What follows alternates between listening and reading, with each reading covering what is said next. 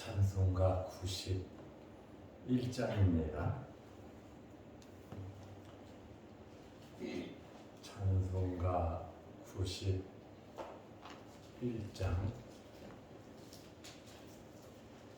슬픈 마음 있는 사람 예수 이름 믿으면 영원토록 변함없는 기쁜 마음 어린 예수의 이름은 세상의 소망이요 예수의 이름은 전국의 기쁨일세 거룩하신 주의 이름 너의 방패 삼으라. 환난 시험 당할 때에 주께 기도드려라. 예수의 이름은 세상의 소망이요 예수의 이름은 전국의 기쁨일세 존귀하신 주의 이름 우리 기쁨 되도다. 주의 품에 안길 때에 기뻐 찬송 부르리. 예수의 이름은 세상의 소망이요 예수의 이름은 전국의 기쁨일세 우리 갈 길 다가루에 보좌 앞에 나아가 왕의 왕께 경배하며 면류관을 드리리. 예수의 이름은 세상의 소망이요 예수의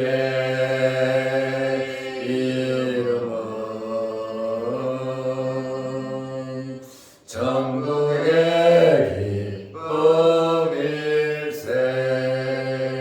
기쁨일세. 아멘.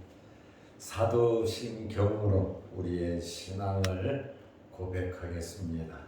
전능하사 천지를 만드신 하나님 아버지를 내가 믿사오며 그 외아들 우리 주 예수 그리스도를 믿사오니 이는 성령으로 잉태하사 동정녀 마리아에게 나시고 본디오 빌라도에게 고난을 받으사 십자가에 못 박혀 죽으시고 장사한 지 사흘 만에 죽은 자 가운데서 다시 살아가시며 하늘에 오르사 전능하신 하나님 우편에 앉아 계시다가 저리로서 산 자와 죽은 자를 심판하러 오시리라.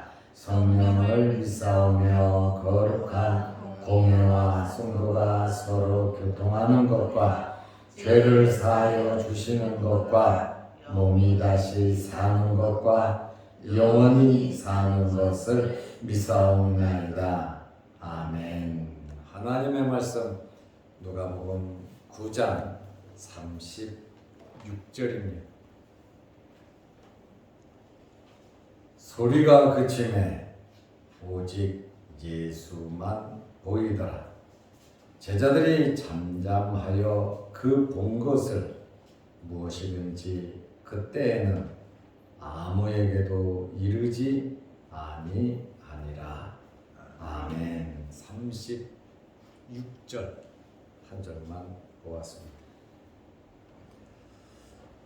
여러분들이 기억을 하실는지 모르겠습니다만은 그 제주도에 장로님이 계시고 권사님이 계시니 우리가 수련회 갔을 때도 찾아와서 인사하고 또 매년 제주도에서 귤을 보내서 우리 교인들이 매년 귤을 먹기도 했습니다. 이 장로님 권사님은 우리 교회를 위해서 또 성도들을 위해서 늘 기도하시는 분이십니다. 오늘 장로님께서 수술이 있는데 이 수술을 위해서 여러분들이 기도해 주시기를 바랍니다. 그리고 날이 더워지고 또 우리 교회에 또 연로하신 분들 여러 분 계시잖아요. 우리 권사님들 건강을 위해서 기도해 주시기를 바랍니다. 그리고 오늘은 제가 노예 원로 목사들 어르신들을 좀 찾아뵙고 인사도 드리고 그렇게 하려고 생각하고 또 제가 공동회의를 한 교회 목사님도 한번 병원에 신방을 좀 해야 되겠다 하는 그 생각이 들어서 오늘 새벽 예배 마치고 바로 강화도 쪽으로 좀 신방을 하려고 그렇게 생각하고 있습니다.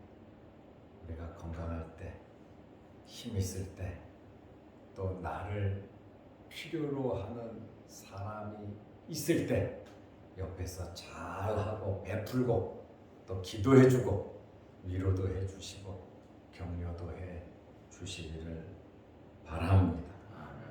우리가 힘 있을 때, 건강할 때 주님을 위해서 또 이웃을 위해서 열심히 활동하시기 바랍니다. 장로님 추워요? 저기 지금 추워요? 괜찮대는데 어떡하지? 그래? 그럼 바람 좀 내 줄여드릴게.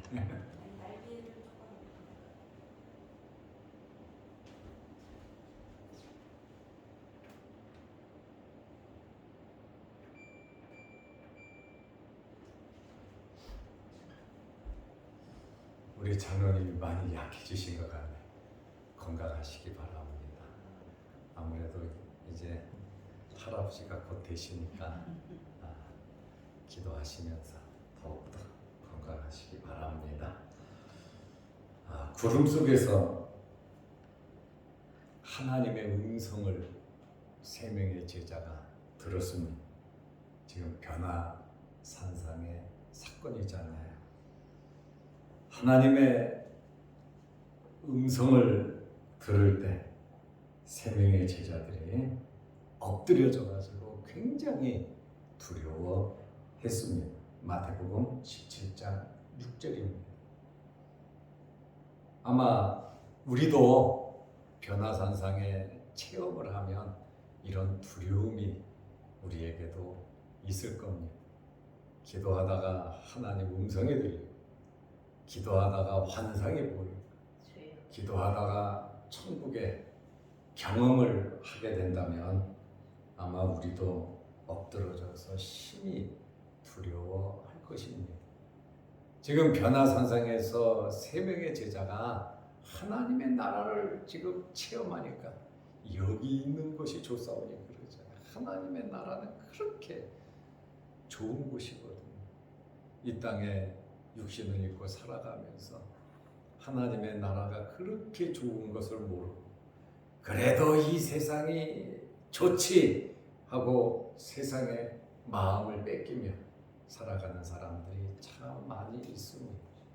그러나 여러분, 우리 믿음의 사람들에게는 하나님의 나라가 최고고 우리의 본향이고 이 땅에 살아가는 동안 하나님의 나라와 의를 위해서 정말 힘쓰고 애쓰고 내가 움직일 수 있는 한 최선을 다해서 하나님 기뻐하시는 일, 이웃을 위해서, 우리 가족을 위해서, 여러 형제들을 위해서 여러분들이 힘쓰고 애쓰시기 바랍니다. 그래야 또 하나님 나라 가서도 상급이 있지 않겠습니까? 하루하루 24시간 주어진 삶 속에서 최선을 다할 수 있는, 몸이 좀 아프면 어떻습니까? 경제적으로 좀 어려우면 어떻습니까? 그리고 일이 많아서 바쁘면 어떻습니까? 그러나 주님 사랑하는 마음으로, 또 가족과 이웃을 사랑하는 마음으로 내가 베풀 수 있는 마음이라도 사랑하며 헌신할 수 있는 그런 삶이 되시기를 바랍니다. 예수님께서 두려워 떠는 제자들에게 가까이 가서 손을 대시면서 일어나라, 두려워하지 말라, 이렇게 두려워 떠는 제자들을 위로하고 격려해 주시는 분이 우리 예수님이십니다. 그래서 우리 예수님과 좀 친밀하게, 돈이 나보다 가깝고 세상 사는 것이 나보다 가까울 수 있지만 여러분, 주님과 더 가까워지시기를 바랍니다. 주님과 가까워질 때 이 세상 사는 것이 얼마나 신바람 나는 줄 압니까? 우리가 세상을 살아가는 기준이 있는데 그것은 하나님의 말씀입니다. 우리는 하나님의 말씀을 힘써 알아야 되고, 또 날마다 봐야 되고, 교회 와서 예배드리며 말씀을 들어야 되고, 은혜 받아야 되고, 하나님의 말씀 중심으로 우리가 살아가야 하는 것입니다. 이제 구름 속에서 들렸던 하나님의 음성도 사라지고, 나타났던 모세와 엘리야도 사라졌어요. 제자들에게 예수님 외에는 아무것도 보이지 않았습니다. 우리가 신앙생활하면서 모세를 찾아다니고 엘리야를 찾아다니는 그러한 신앙생활이 되어서는 안 됩니다. 우리의 신앙생활은 오직 예수 그리스도만 보여야 되고 예수 그리스도로 만족하는 그러한 삶을 살아야 하는 것입니다. 누가복음 9장 36절 오늘 읽은 말씀을 보면 소리가 그치매 하나님의 음성이 그쳐진 거죠. 오직 예수만 보이더라. 모세도 사라지고 엘리야도 사라지고 구름도 사라지고 이제 들렸던 하나님의 음성도 사라졌어요. 오직 예수만 보이더라. 여기 오직이라고 하는 헬라어는 노모스라고 하는 단어인데 굉장히 강조하는 단어입니다. 오직 예수만 보이더라. 모세와 엘리야가 나타났어요. 율법의 대표 모세, 선지자의 대표 엘리야. 이 두 사람의 시체는 특별히 모세가 죽은 다음에 마귀가 모세의 시체를 가지고 가려고 했는데 하나님께서 천사장을 보내서 막아버렸거든요. 모세는 죽었어요. 120살에 죽었는데 어디에 장례됐는지 몰라요. 엘리야는 죽지 않고 불말과 불병거를 타고 하늘나라로 올라간 사람이에요. 이 두 사람이 변화산상에 나타났잖아요. 예수님과 변화산상에서 대화를 나누었는데 예루살렘에 올라가서 십자가에 달려 죽으시는 그 고난에 대한 이야기를 했다는 거예요. 지금 하늘나라의 핵심, 이 땅에 살아가면서도 핵심이 예수 그리스도의 고난과 죽음. 이제 잠시 후면 예수님께서 십자가에 달리셔야 되잖아요. 그 고난을 앞에 놓고 모세와 엘리야가 나타나서 예수님과 대화를 나누는데 장차 받을 고난에 대한 이야기를 나누었다고 성경은 말씀을 하고 있습니다. 이렇게 위대한 두 인물 모세와 엘리야도 결국 예수 그리스도를 나타내는 보조 수단에 지나지 않는다는 겁니다. 오직 예수 그리스도. 안 그러면 모세가 나타나고 모세가 이야기하고 엘리야가 이야기하고 자기 간증을 할 텐데 한마디도 없잖아요. 예수 그리스도. 하나님 나라에서도 예수 그리스도가 중심. 이 세상의 삶 속에서도 예수 그리스도가 중심이다라고 하는 말씀입니다. 오직 예수만 보이더라. 예수 그리스도만 자연의 상태. 예수님께서 기도하러 산에 올라가셨죠. 베드로, 야고보, 요한을 데리고 가셨지요. 거기에서 형체가 변하고 용모가 변하고 하나님의 빛난 영광의 구름이 나타나고 모세가 나타나고 엘리야가 나타나고 서로 대화를 나누고 엄청난 일이 있었지만 이 또한 다 사라지고 예수 그리스도만 남았다. 그 말. 예수님께서 특별히 세 명의 제자를 데리고 변화산상에 올라가셨는데 왜 올라가셨느냐? 기도하러 가셨거든요. 기도하시다가 용모가 변화됐고 이러한 놀라운 체험을 하신 거거든요. 기도할 때 예수님의 제자들은 졸며 잤다라고 하는 말씀.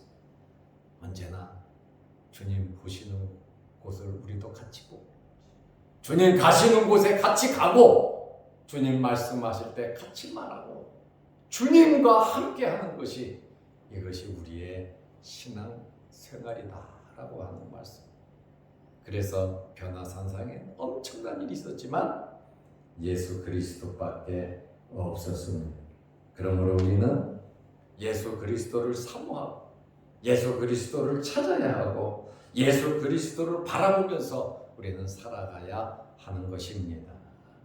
풍랑 있는 바다에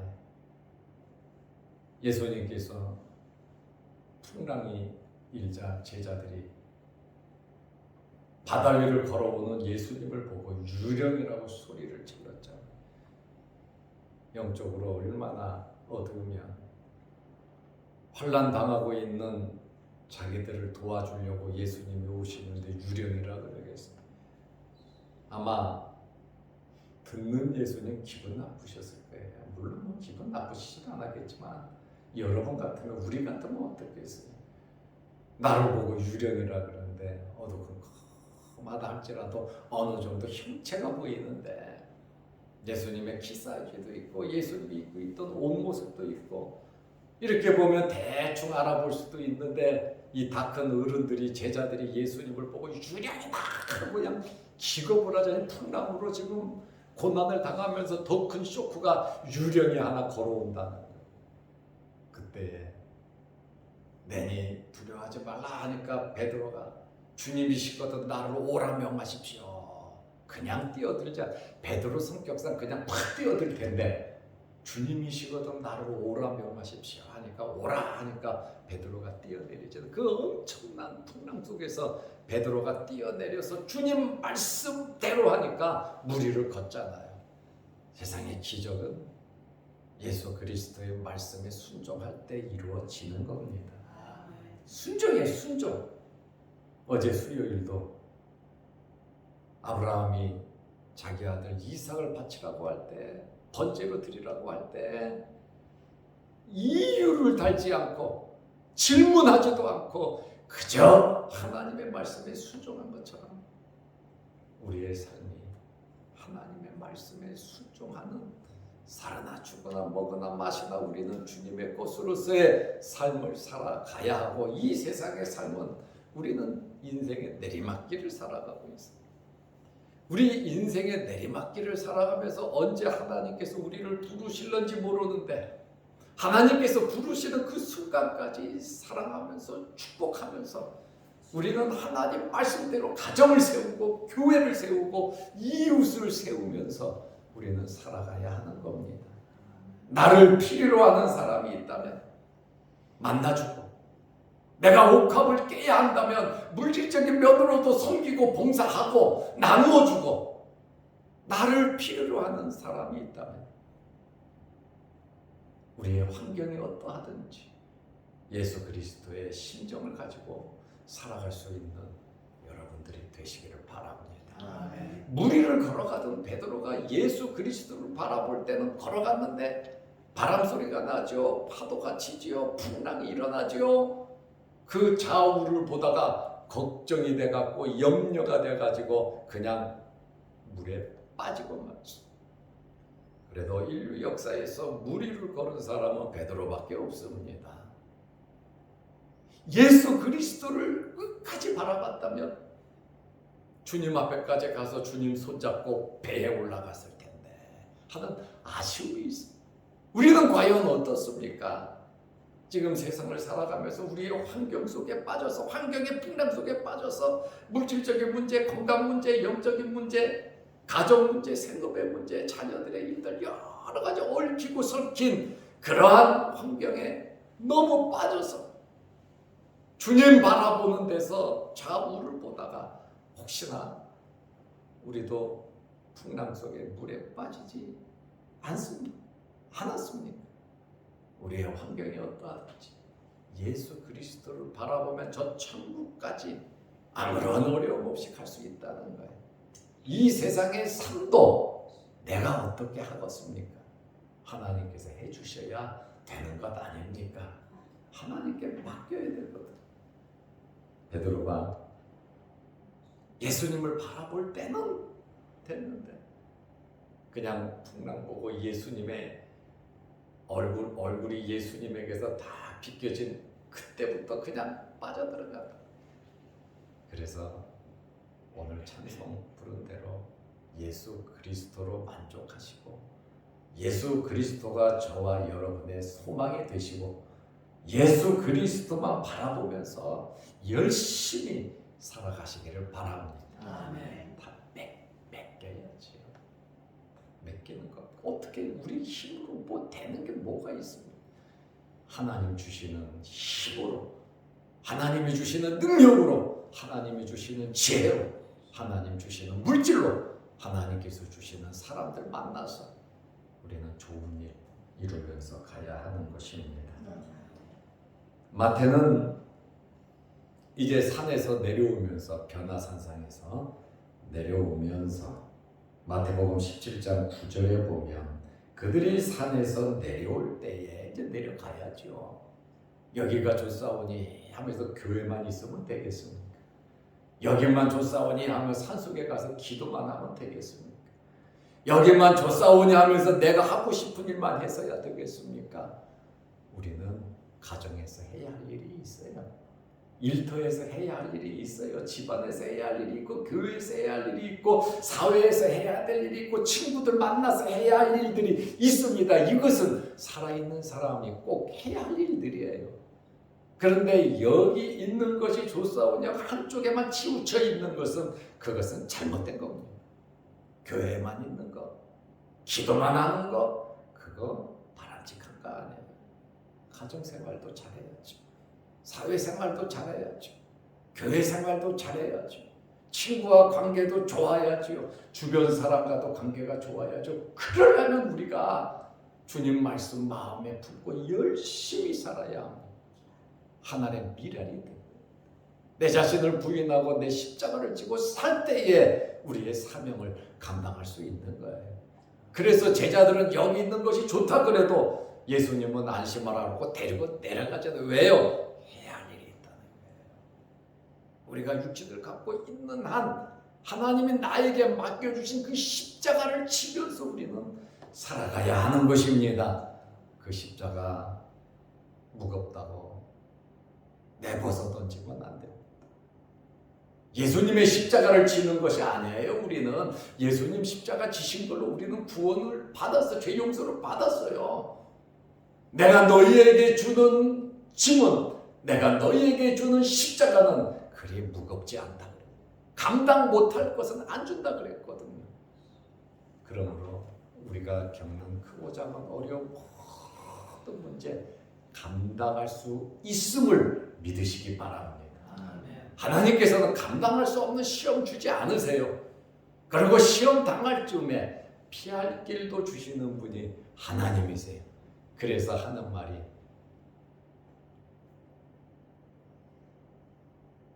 세상이 다 무너져도 솟아날 구멍이 있다는 거예요.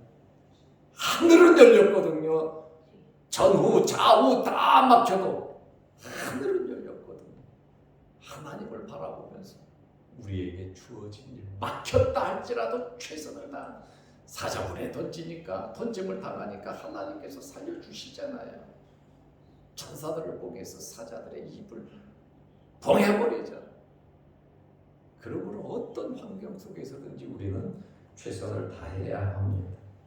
예수께서 세 명의 제자에게 말합니다. 인자가 죽은 자 가운데서 살아나기 전에는 벌써 고난받고 죽는 것을 말씀하잖아요. 그리고 부활하실 걸 또 말씀하시잖아요.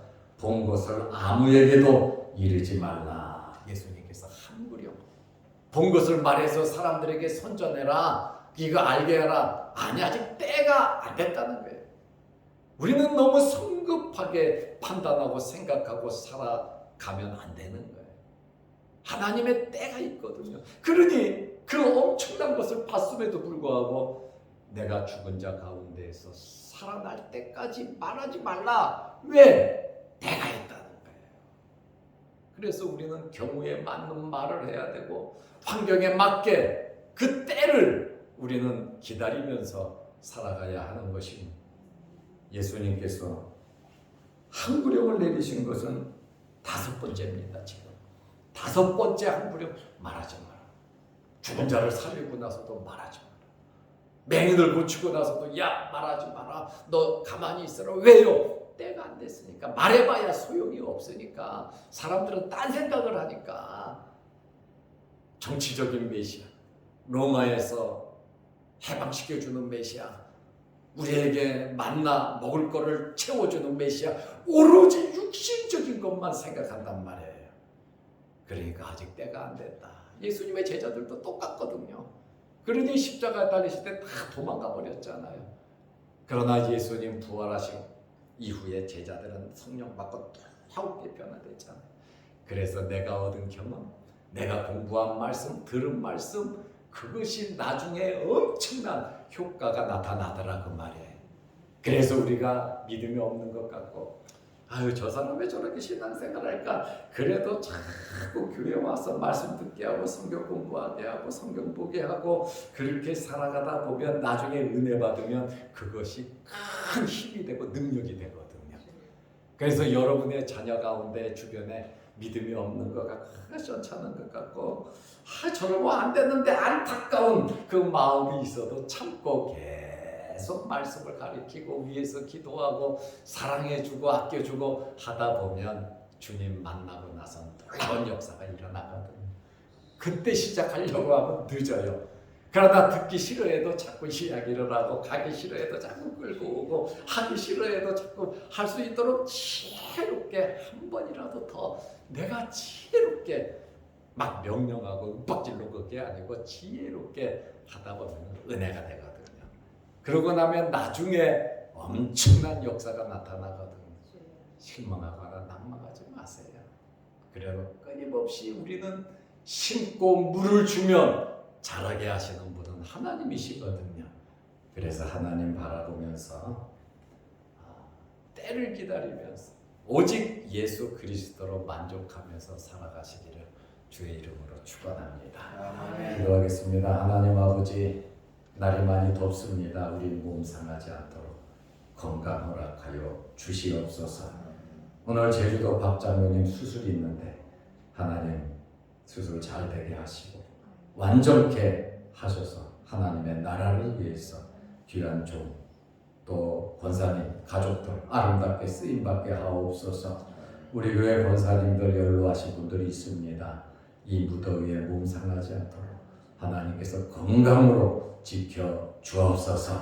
또한 주의 전에 나와 힘쓰고 애쓰고 기도하고 하나님 말씀대로 살려고 노력하는 성도들에게 하나님께서 크신 은혜와 복을 내려주시고 우리가 생각할 때에 믿음이 자라지 않는 것 같고 안타까워하는 우리 가족이 있다 할지라도 끊임없이 말씀을 지도하고 대화 나누게 하시고 살아가게 하시고 말씀으로 권면하게 하시고 교회 오게 하시고 함께 은혜 받을 수 있도록 때를 기다리며 열심히 심고 물을 줄 수 있는 저희들 되게 하옵소서. 오늘도 이 새벽에 우리 장로님들 또 우리 권사님들 나와서 우리 성도들이 이 시간에 기도합니다. 하늘문 열리게 하시고 우리 기도 제목마다 응답하여 주시옵소서.